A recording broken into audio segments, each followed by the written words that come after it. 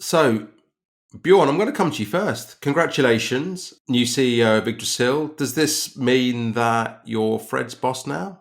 Are you going to keep him on? Well, I need to think about that. There is always a probation period for everything.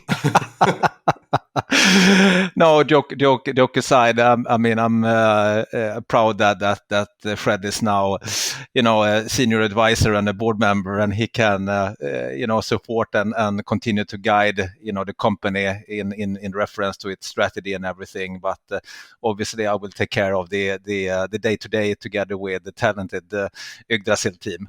I think when people saw that you had taken this role, Bjorn, that wasn't really a surprise to anyone that this was the role that was waiting for you. But equally, Fred, I think people were like, okay, well, why did this happen? How did this change come about? Why is the company chosen now to make this change? It could have actually happened earlier because it was been in the planning for a couple of years. The decision me together with Bridgepoint when they came in was that let's work on the succession planning. And succession planning is not something that neither they or me take lightly here.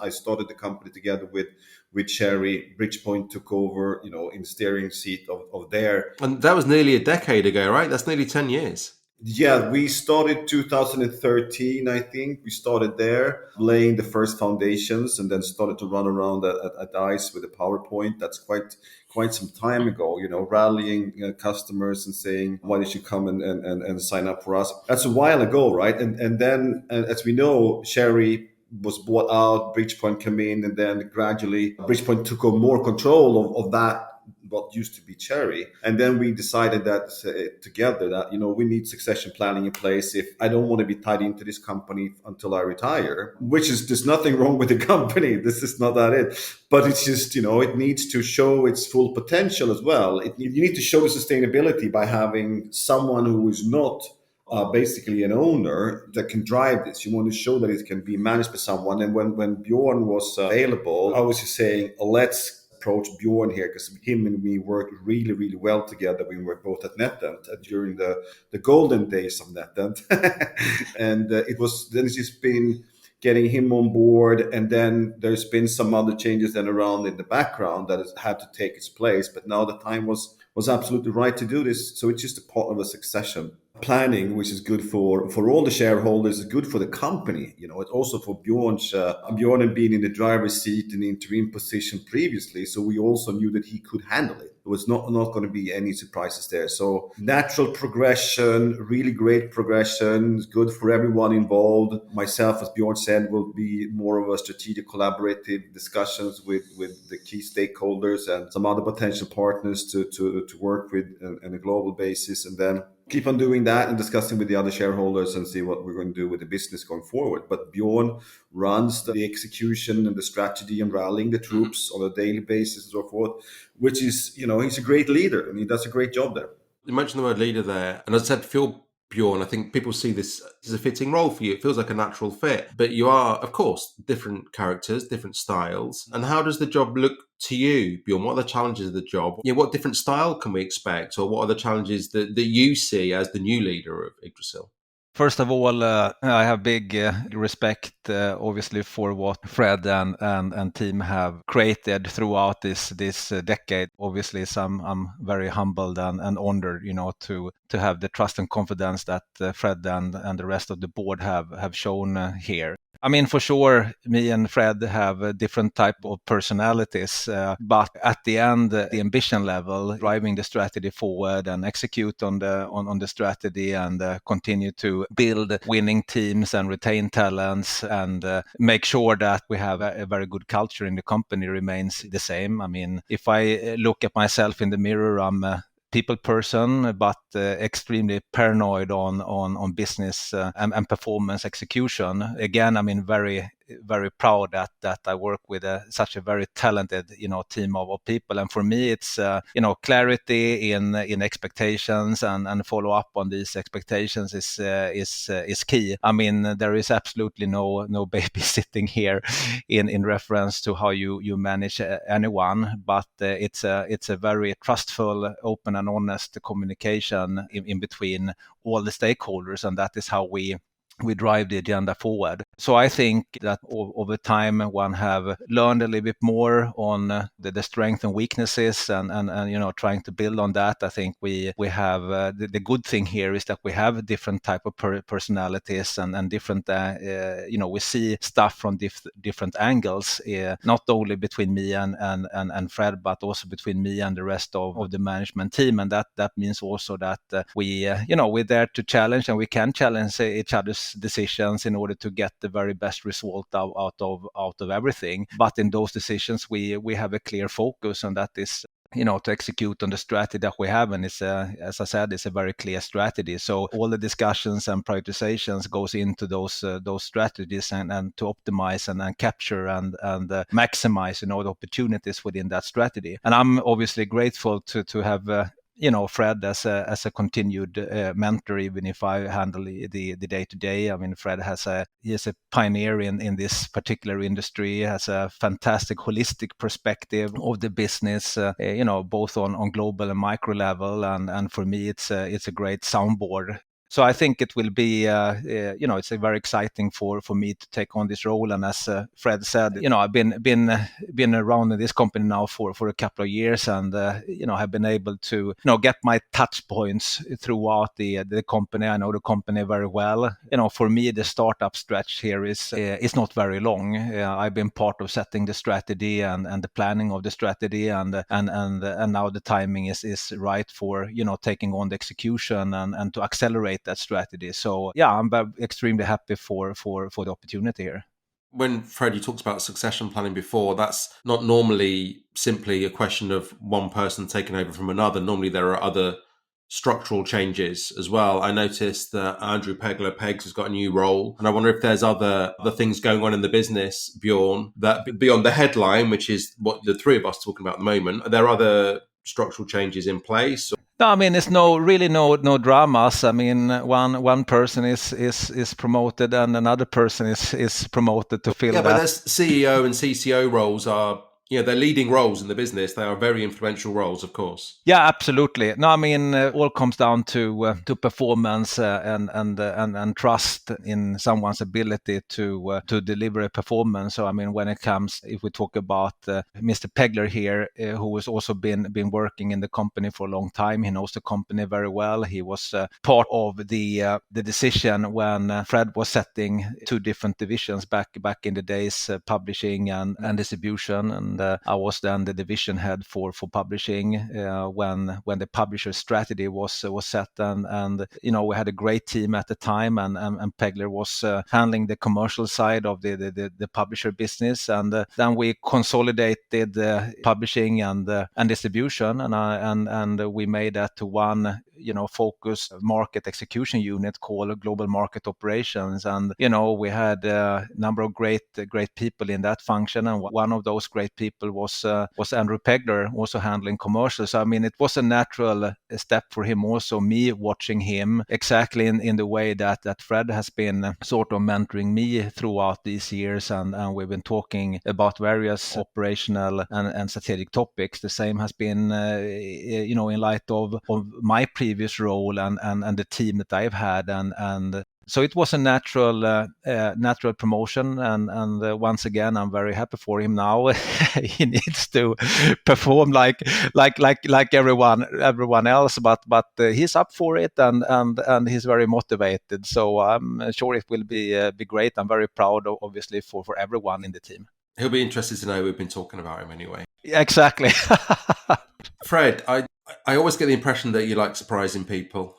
So I think you will have enjoyed the last week or so. And of course, there'll be people close to you, close to the business, that are well aware of what was going on. But generally, the industry was surprised. So on one hand, as I said before, yeah, perfectly natural evolution for Bjorn to take this role. But what's Fred going to do now, right? Is he going to work in the corridors at Bridgepoint? Is he going to barbecue his way off into the sunset? What are you doing now, Fred? Have you enjoyed the surprise of the last couple of weeks? And what have you been saying when people say to you, well, what are you doing next? The thing is this, I'm still, fully committed here, which means fully committed means I'm 100% still involved, but in a different role, step away from the day-to-day operation. Bjorn wants me in a couple of operational and steering meetings, there as an advisor inside the organization. Besides that, then working with collaborations more on an ownership level. That is my continued commitment. It's to the company, it's to the business, but in a different role. And prices in the future,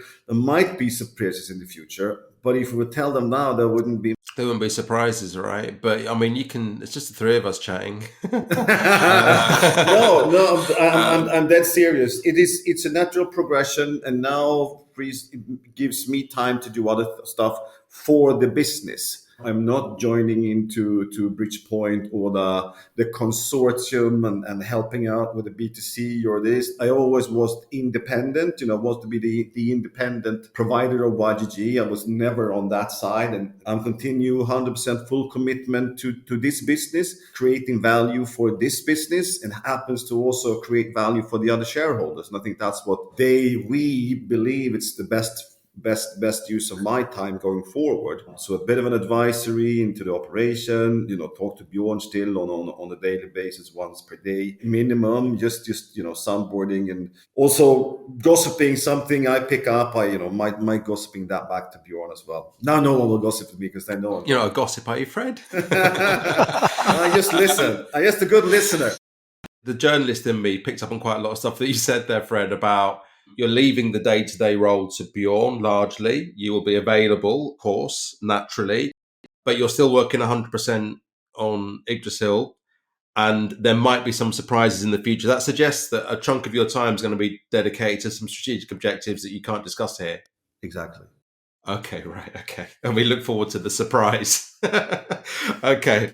Bjorn, ignoring that you've just taken this role, it's obviously a business that you're extremely close to, part and parcel of for a long time, and setting those strategic surprises to one side.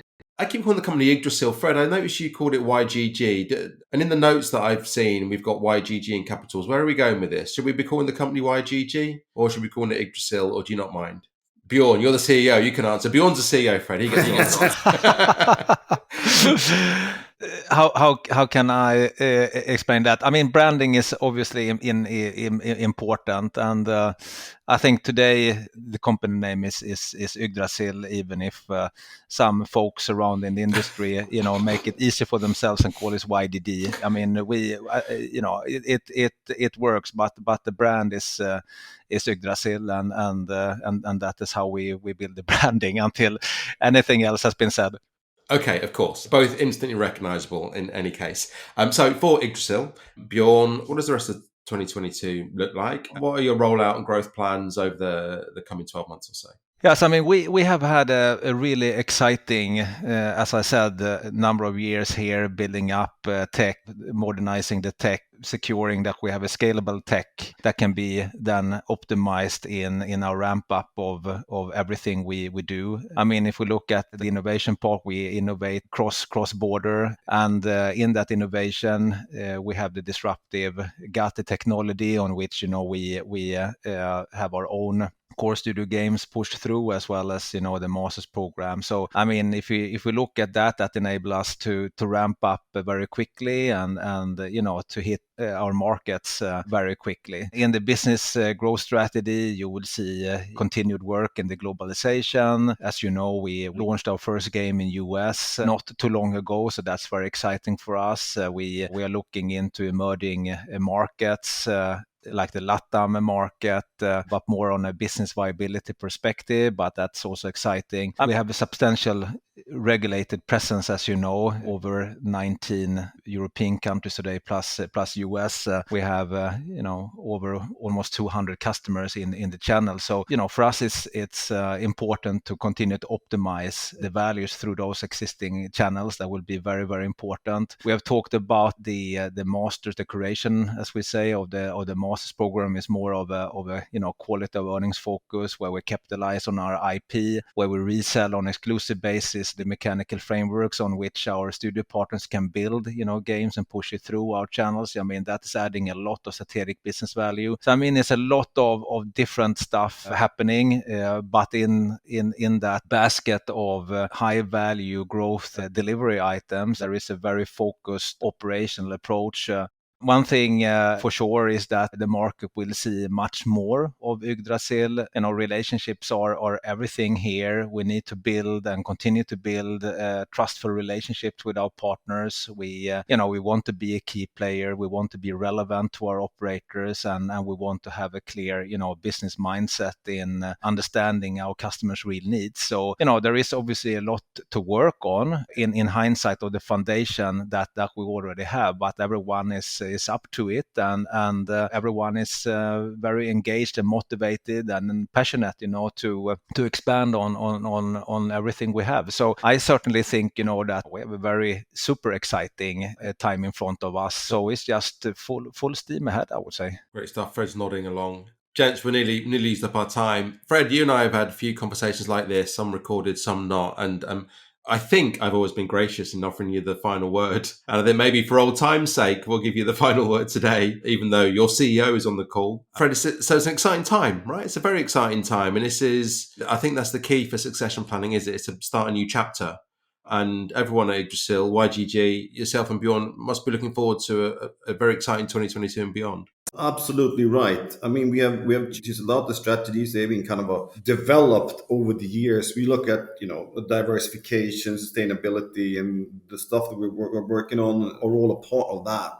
So I think that diversification, sustainability KPIs just keep on trading in the right direction, and that is what we keep an eye on. And looking at specific forecast numbers, but you look at the forecast of the business of just executing the stuff that we have done already. All of these incremental growth and so forth is actually bearing fruit. I just want to say we did 30% year-on-year GGR growth in 2021 when we were not even in the United States, where many of them had the biggest growth numbers coming in from the States. So we do this in a very, very competitive environment. And I think that shows that the strategy laid out and all of the initiatives taken and programs implemented is there. It's now, as Björn's talking about, executing, optimizing. So it looks encouraging. It looks interesting. And to be a board member and as an advisor with all of the KPIs and stuff we have, it's easy even to have daily discussions just based on the KPIs and so forth. So I'm really, really looking forward to see what Bjorn can do here for the next period of time here. And I'm very excited, actually.